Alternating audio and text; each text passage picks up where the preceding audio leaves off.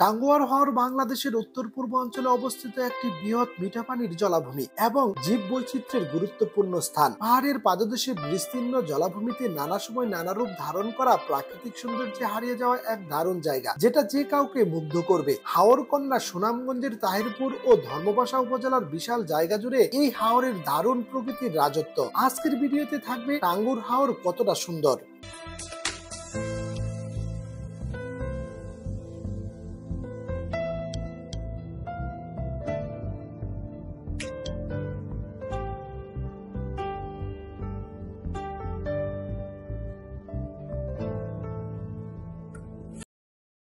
টাঙ্গুয়ার হাওর সুনামগঞ্জ জেলার প্রায় ১০০ বর্গ কিলোমিটার পর্যন্ত বিস্তীর্ণ দেশের দ্বিতীয় বৃহত্তম মিঠা পানির জলাভূমি। অথই পানি, জলাবন, নীল আকাশ, পাহাড় ও চোখ জুড়ানো সবুজ এই হাওরকে অপরূপ সাজে সাজিয়েছে। টাঙ্গুর হাওর থেকে ভারতের মেঘালয়ের পাহাড়গুলো দেখা যায়। মেঘালয় থেকে প্রায় ছোট বড় ঝর্ণা বা সরা হাওরে এসে মিশেছে।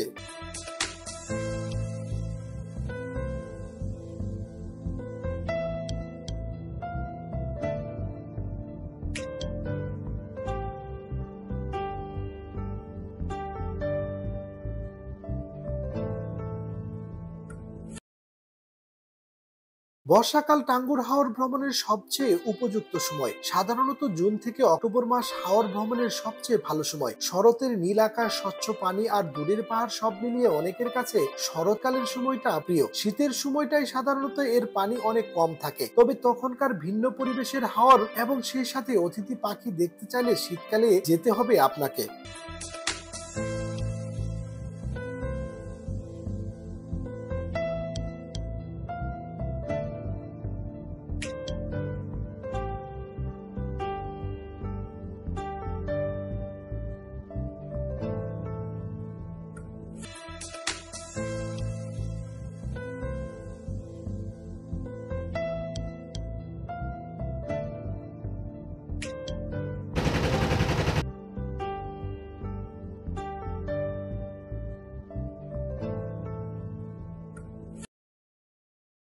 টাঙ্গুর হাওর ভ্রমণ শুধুমাত্র হাওর দেখা নয়, সাথে আরো কিছু স্পট সাধারণত সবাই ঘুরে দেখে থাকে। টাঙ্গুর ভ্রমণ প্যাকেজের সাথে ছোট বড় জলমগ্ন বনভূমি, ওয়াচ টাওয়ার, নীলাদ্রি লেক, শিমুল বাগান, বাটিকিলা, জাদুকাটা নদী, লাউয়ের গড় সহ আরো বেশ কিছু স্পট ঘুরে দেখা যায়।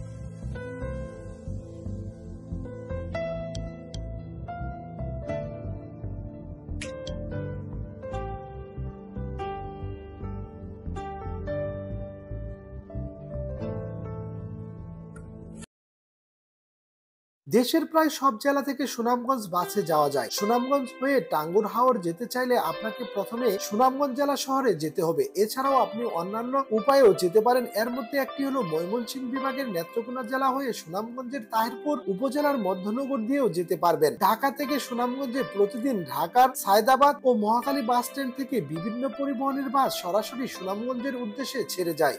তবে আমি ময়মনসিংহ অঞ্চলের নেত্রকোনা হয়ে ধর্মপাশা উপজেলা দিয়ে সুনামগঞ্জের তাহিরপুরের মধ্যনগর নৌকাঘাটে পৌঁছাই। ময়মনসিংহ শহর থেকে বাসে অথবা সিএনজিতে নেত্রকোনায় যেতে পারেন। আর যদি ব্যক্তিগত বা বন্ধু বান্ধব মিলে এবং 10 থেকে 12 জনের গ্রুপ করে যান, তাহলে মাইক্রোবাস নিয়েও যেতে পারবেন। ময়মনসিংহ শহর থেকে 3 থেকে 4 ঘন্টা সময় লাগে মধ্যনগর নৌকাঘাটে পৌঁছাইতে। তবে একটু বলে রাখি, নেত্রকোনা শহর থেকে মধ্যনগর যাওয়ার রাস্তাটি একদম সরু, কিছু অংশে ভাঙাও আছে, ফলে কিছুটা সময় বেশি লাগে।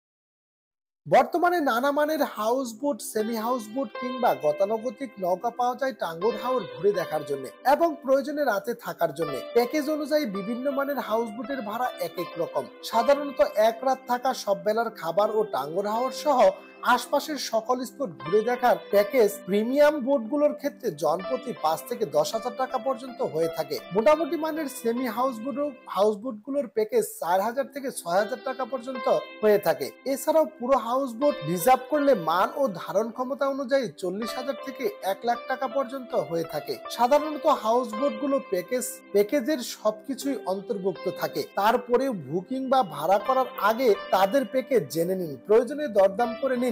তবে শুধুমাত্র ডে ট্রিপ হলে, অর্থাৎ একদিনের জন্য হলে খরচ কিছুটা কম হবে।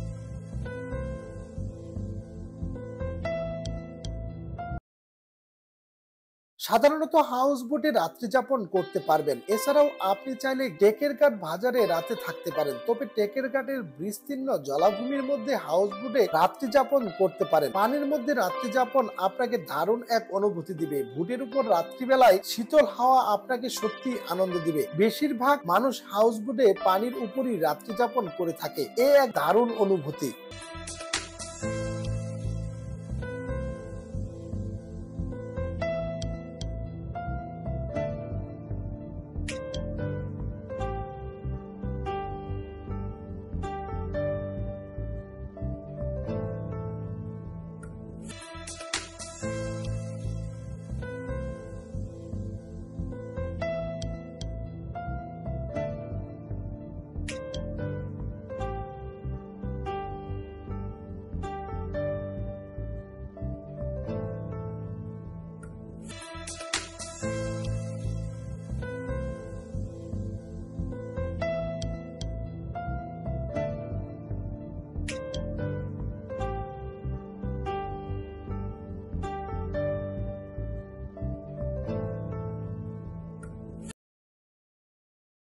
টাঙ্গুর হাওরের প্রথম দিন ভ্রমণে আপনি অবশ্যই ওয়াচ টাওয়ার এলাকায় গোসল করবেন। পাহাড়ের পাদদেশে নীল স্বচ্ছ পানিতে গোসলের অনুভূতিটা অন্যরকম এক অভিজ্ঞতা। পানিতে নামার পর আপনি আর উঠতেই চাইবেন না। এখানে শত শত মানুষ গোসল করে। পরদিন জাদুকাটা নদীতে গোসলের অভিজ্ঞতা নিবেন। ভারতের পাহাড় ঘেঁষা জাদুকাটা নদী, এই পানি অনেক বেশি শীতল ও স্বচ্ছ।